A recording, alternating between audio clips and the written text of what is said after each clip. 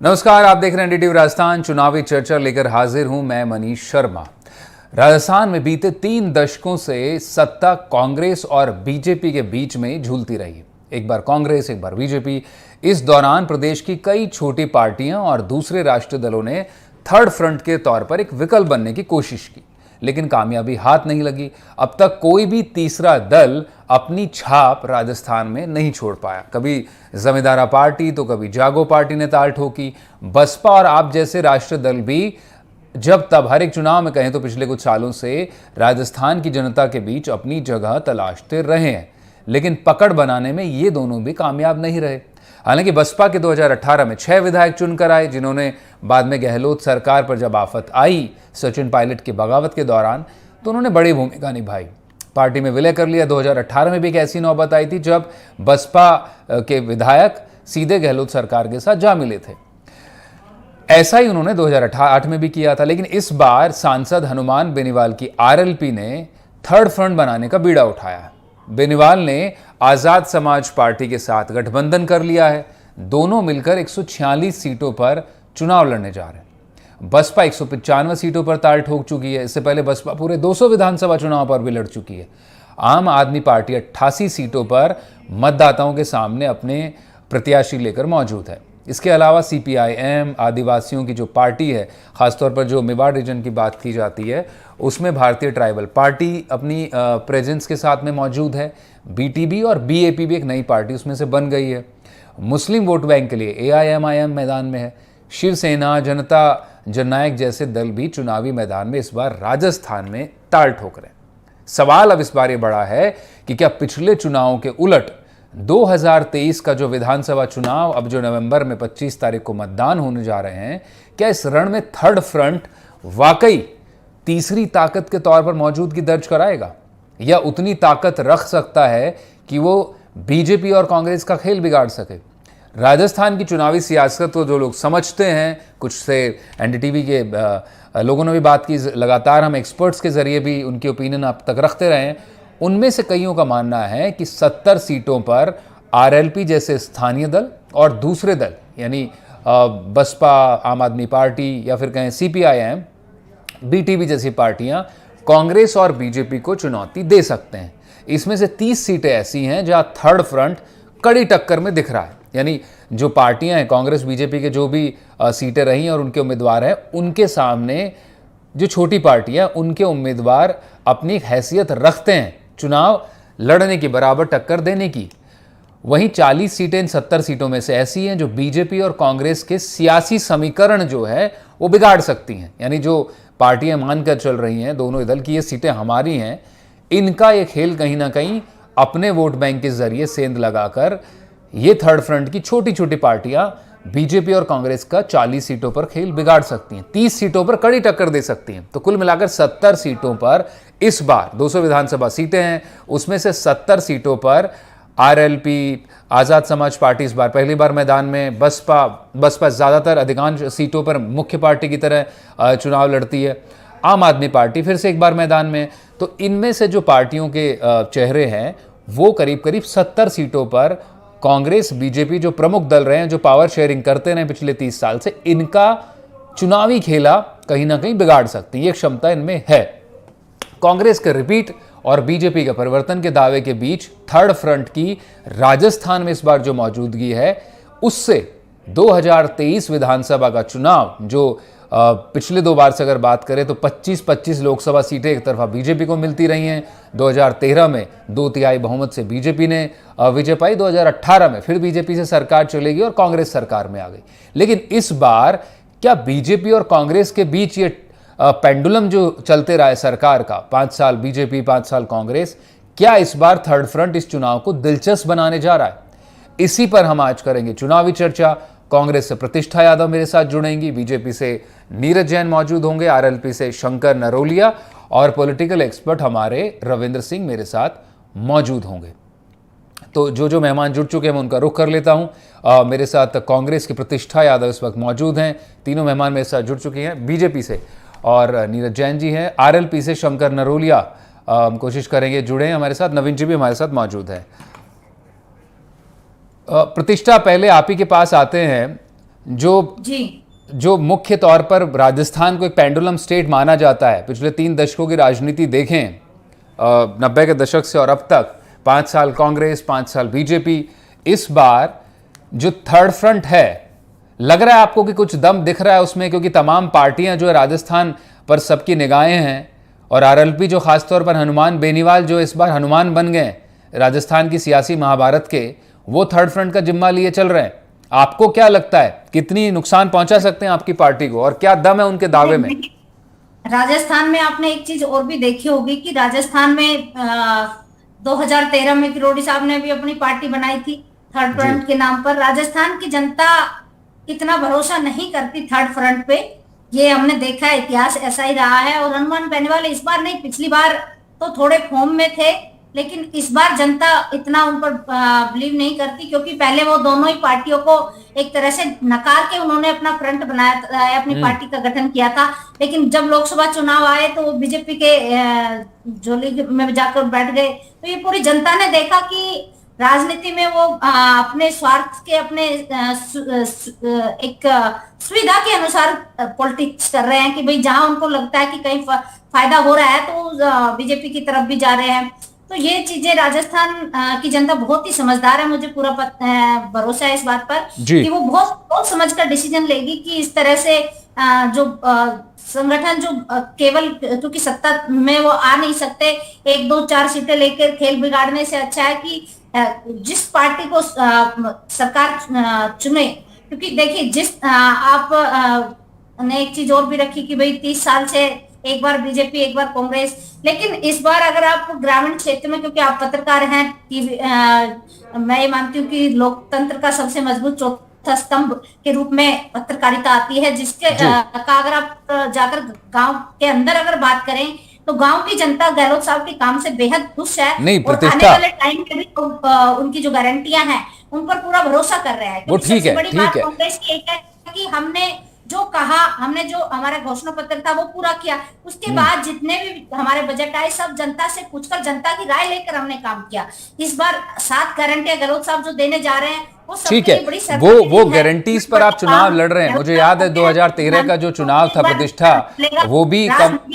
जी जी जी प्रतिष्ठा, मुझे याद है 2013 का भी चुनाव कुछ इसी तरह की वेलफेयर स्कीम के भरोसे, मुफ्त दवाओं जैसी स्कीम का भरोसे अशोक गहलोत ने लड़ा था। और 2018 जब 23 में हम खड़े हैं, जो 2018 में उन्हें सरकार मिली, इस बार फिर से वो सोशल वेलफेयर स्कीम के जरिए और आप 7 गारंटी लेकर जनता के बीच जा रहे हैं। लेकिन बड़ा सवाल ये कि पिछले जो दशकों में आपकी सरकारें आई हैं, मैं ये सवाल इसलिए आपके लिए ज़्यादा महत्वपूर्ण हो जाता है प्रतिष्ठा, क्योंकि आपकी सरकार उस जादुई आंकड़े तक पहुंच नहीं पाती है। तो आपका गुजारा जो है यही थर्ड फ्रंट से निकले या बसपा जैसी पार्टियों से ही हो पाता है। तो आपके लिए तो बड़ा इंपॉर्टेंट होता है 3, 4, 5 सीटें जीतना। बसपा ने आपको 2018 में सहारा दिया, उससे पहले 8 में सहारा दिया।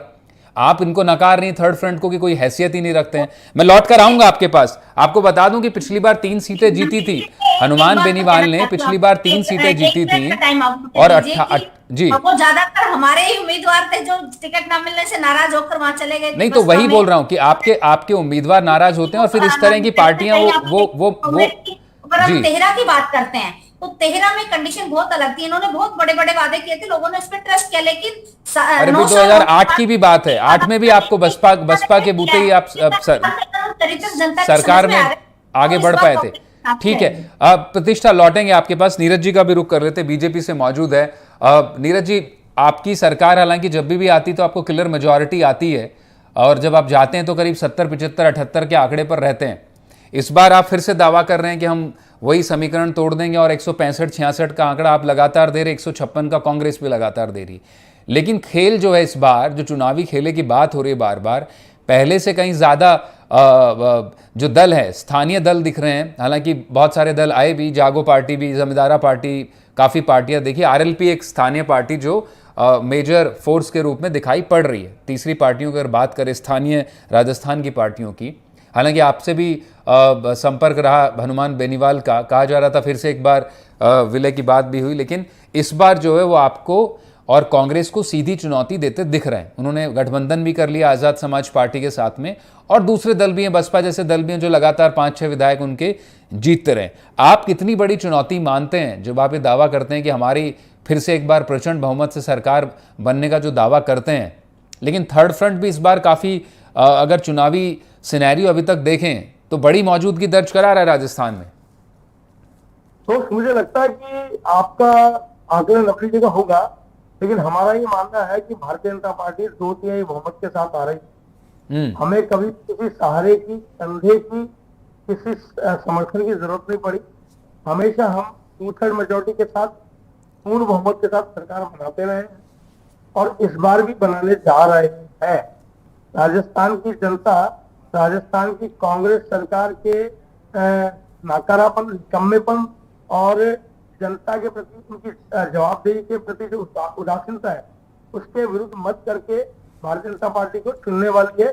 नहीं, भाजपा को क्यों? उसके सामने विकल्प तो फिर हनुमान बेनीवाल भी दे रहे हैं, वो भी वही भ्रष्टाचार नाकारा सरकार बता रहे हैं जो आप कर रहे हैं। आपका अनुमान होगा विपक्ष में, नीरज जी, विपक्ष में आप बीजेपी नहीं, विपक्ष में हनुमान बेनीवाल भी है और उनके साथ उनका गठबंधन भी, दूसरी पार्टियां भी है जी। मैं आपको कह रहा हूँ, आपका अनुमान होगा, लेकिन हमारे अनुमान में हनुमान कहीं नहीं है, उनकी पार्टी कहीं नहीं है। जिनसे गठबंधन किया है वो तो उनका तो राजस्थान में कहीं एग्जिस्टेंस ही नहीं। तो मेरा इतना ही कहना है कि हम 2/3 बहुमत के साथ आ रहे हैं और ये कहीं पर भी, ये जो आप थर्ड फ्रंट की बात कर रहे हैं नीरज जी, मैं इसलिए थर्ड फ्रंट की बात कर रहा हूं, पिछला विधानसभा चुनाव अगर देखें, 2018 के चुनाव रिजल्ट्स को देखें तो बहुत ज्यादा वोट शेयर में डिफरेंस नहीं था आपके और कांग्रेस के बीच। हनुमान बेनीवाल 2.5% वोट शेयर लेकर गए थे।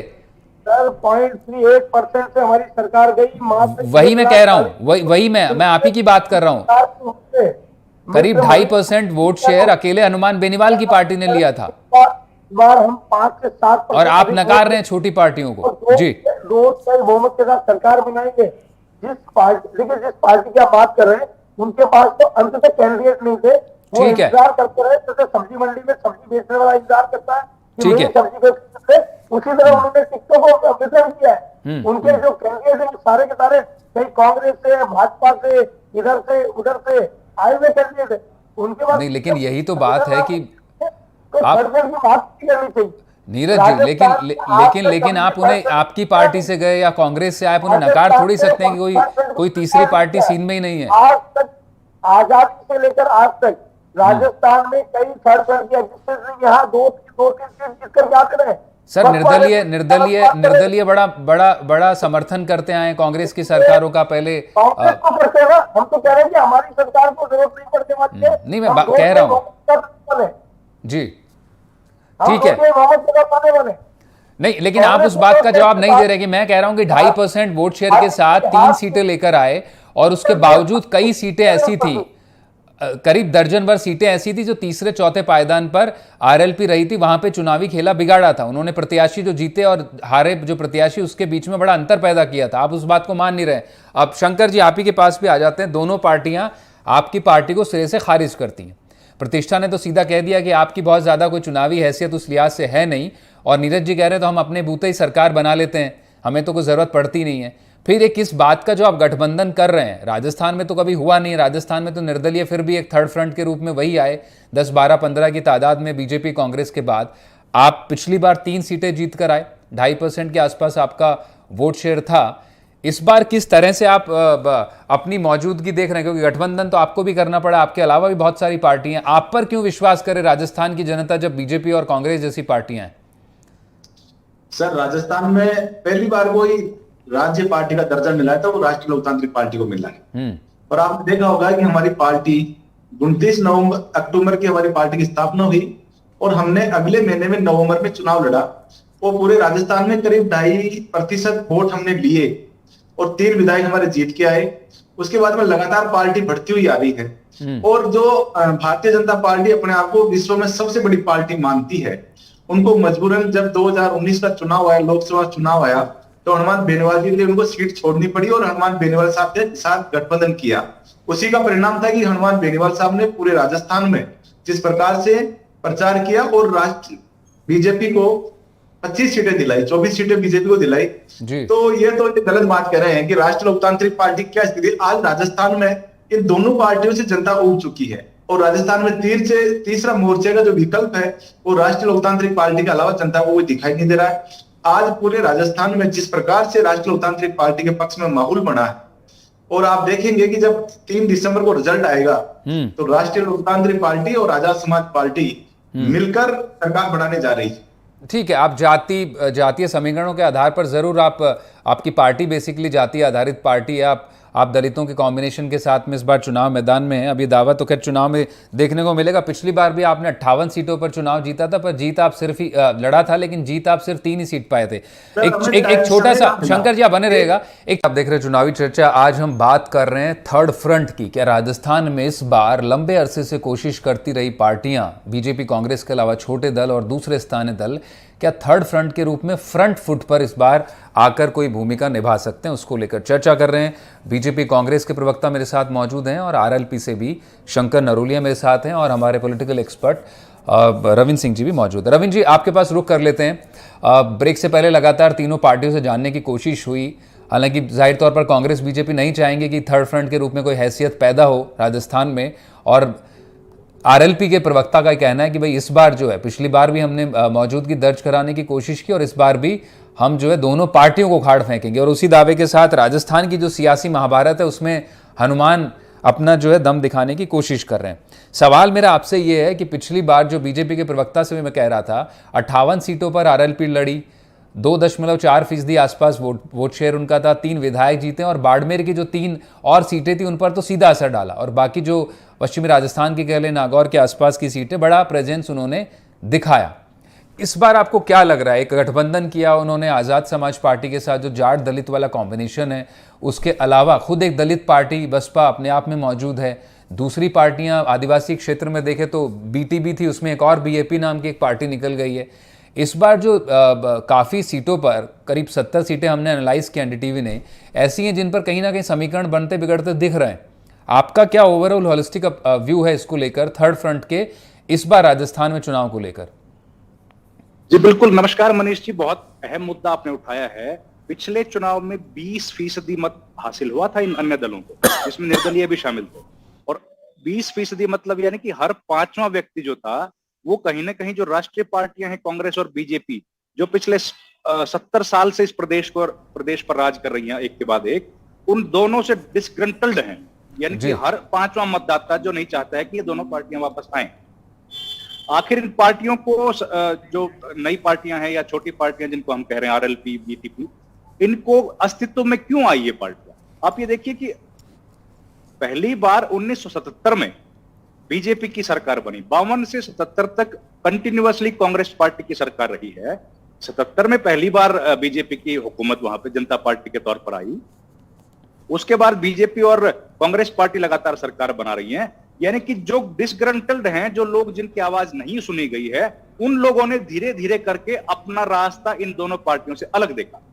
जहां तक आरएलपी का सवाल है, आरएलपी क्यों अस्तित्व में आती है? क्योंकि एक जमाने में कांग्रेस पार्टी का सबसे बड़ा वोटर जो था वो था जाट। लेकिन जब लगातार जाट नेताओं को लगता रहा कि इस पार्टी में हमसे वोट खाली लिया जा रहा है, और 1998 में जब परसराम मदेरणा जो एक बड़े नेता थे, उनके नाम पर वोट लिया गया और उनको मुख्यमंत्री नहीं बनाया गया, तो उसके बाद से जाटों ने अपना एक अलग रास्ता लिया और बीजेपी के साथ वो लोग खड़े हो गए। उसी गुस्से का फायदा उठाकर आरएलपी आज मैदान में आई है, उन्हीं किसानों की बात कर रही है, उसी जाट वर्ग की बात कर रही है जो डिसग्रंटल्ड है। लंबे समय से 15% जाट वोट है, लेकिन उनका कोई रिप्रेजेंटेशन उस हिसाब से आज तक नहीं हुआ है कि जिससे उनकी आवाज को बल मिले। ठीक वैसी ही स्थिति जो नंबर उसके बाद 13.5% ट्राइबल है, 34 सीटें ट्राइबल्स की वहां पर रिजर्व है। लेकिन आप देखेंगे हालात क्या है कि ट्राइबल्स आज तक कोई ठीक तरीके से रिप्रेजेंटेशन नहीं हुआ। और कहा भी जाता है रविंद्र जी की मेवाड़ में जो मेवाड़ से रास्ता निकलता है सत्ता की, राजस्थान का अक्सर निकलते भी 16 सीटें हैं मेवाड़ में, 16 सीटें रिजर्व। मनीष जी, 26 साल का एक नौजवान युवा दोनों पार्टियों को हरा देता है, जो स्कूटर पर चुनाव का प्रचार करता है, राजकुमार रौत, 84 विधानसभा सीट से। उससे क्या जाहिर होता है कि जो जनता ने जिन मुद्दों को लेकर इतने लंबे 75 बरस तक कांग्रेस और बीजेपी पर जो भरोसा किया था, ट्राइबल लोगों को उस भरोसे में कहीं ना कहीं नाखुशी जाहिर हुई है, कहीं ना कहीं विफलता हासिल हुई है। इसीलिए उन्होंने तीसरे मोर्चे की तरफ ध्यान दिया। 20 सीटें लगातार, पिछली बार 6 सीटें बीएसपी ने जीती और उसके पहले 4 सीटें बीएसपी ने जीती। इतनी सीटें का क्यों बीएसपी जीत पा रही है? बीएसपी इतनी सीटें तो आज की तारीख में हालात ये है कि यूपी में नहीं जीत पा रही है, क्योंकि कहीं ना कहीं बड़ा दिलचस्प है जी। शेड्यूल कास्ट, देखिए 25 सीटें 34 सीटें रिजर्व हैं शेड्यूल कास्ट के लिए, 25 सीटें रिजर्व है शेड्यूल ट्राइबल के लिए, और उनका रिप्रेजेंटेशन क्या है? कम से कम 120 सीटों पर वो लोग सीधा सीधा असर डालते हैं। ओबीसी जातियां कम से कम भी 160 सीटों पर ये लोग असर डालते हैं, लेकिन रिप्रेजेंटेशन कितना है? रिप्रेजेंटेशन के नाम पर कुछ लोगों को लिया जाता है। महिलाओं के लिए 33% आरक्षण की बात जो पार्टियां करती हैं, वो बेमुश्किल 28 सीटें सबसे ज्यादा कांग्रेस पार्टी देती है, 20 सीटें बीजेपी। कल हमने उठाया भी इस मुद्दे को। रविंद्र जी, इसी में एक पहलू और आप ही की बात से निकलकर सामने आता है कि हम देखें तो पिछली बार अगर विधानसभा चुनाव के नतीजों की तस्वीर देखें तो करीब 26 सीटें जो थीं इन दूसरी पार्टियों को मिली, 6 बसपा को मिली, 3 आरएलपी को मिली, कम्युनिस्ट पार्टी सीटें आई और बाकी जो है निर्दलीय थे 13 के आसपास। तो ये कहीं ना कहीं एक क्षेत्रवार अपनी पकड़ जरूर रखते हैं। अगर धौलपुर वगैरह के इलाके देख लें तो कहीं बसपा के इलाके, जाट आधारित पार्टी हनुमान बेनीवाल का तो उनका अपना इलाका है, मेवाड़ में बीटीबी है। तो क्या क्षेत्रवार जो अपना ये वर्चस्व जिस तरह से नीचे ग्राउंड में बनाए जा रहे हैं और जिस तरह से वो जो स्पेस बचा है बीजेपी कांग्रेस का, वो सीड करते जा रहे हैं, क्योंकि कहीं ना कहीं इनसे डिसग्रंटल्ड मतदाता है, तो इस बार क्या कोई उलट तस्वीर दिखाई पड़ सकती है और ज्यादा पोटेंट रिजल्ट्स इनके फेवर में कहीं दिख सकता है छोटी पार्टियों के इनके इलाकों में?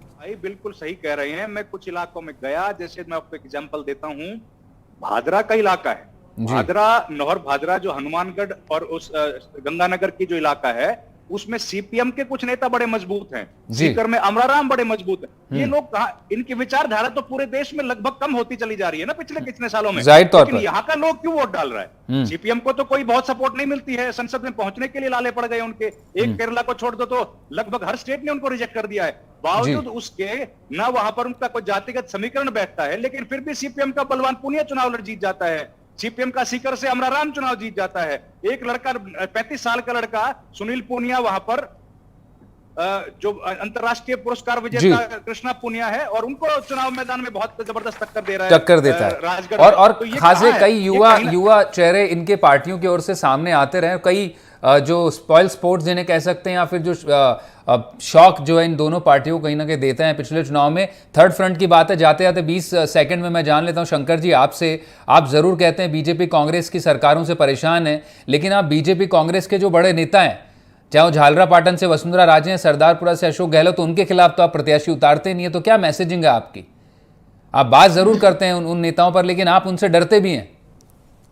नहीं सर, कोई नहीं डरता। राष्ट्रीय लोकतांत्रिक पार्टी जवानों की और युवाओं की पार्टी है, और इसमें कभी ये संघर्ष से रूप में खड़ी हुई पार्टी है, कभी किसी से डरती नहीं है। और राजस्थान में लोगों ने देख रखा है कि ये मिले जुले का खेल जो भारतीय जनता पार्टी और कांग्रेस करती है, ठीक है। देखा होगा आपने, जब कांग्रेस की सरकार गिर रही थी तो खुलेआम इनके वरिष्ठ नेताओं ने, कैलाश मेघवाल जी ने, वसुंधरा जी ने, और खुद गहलोत साहब ने कहा है कि मेरी सरकार चली जाती है अगर वसुंधरा जी मेरी मदद नहीं करती तो इन्होंने ये तय कर रखा है कि 5 साल आप राज करेंगे, 5 साल हम राज करेंगे। ठीक है, अब देखने वाली बात होगी कि आपका जो दावा है, जो आप युवाओं और मतदाताओं को लुभाने की बात करें, कितना खरा उतरता है। 25 नवंबर को मतदान है, 3 दिसंबर को तस्वीर साफ हो ही जाएगी। आप चारों मेहमानों का बहुत बहुत शुक्रिया।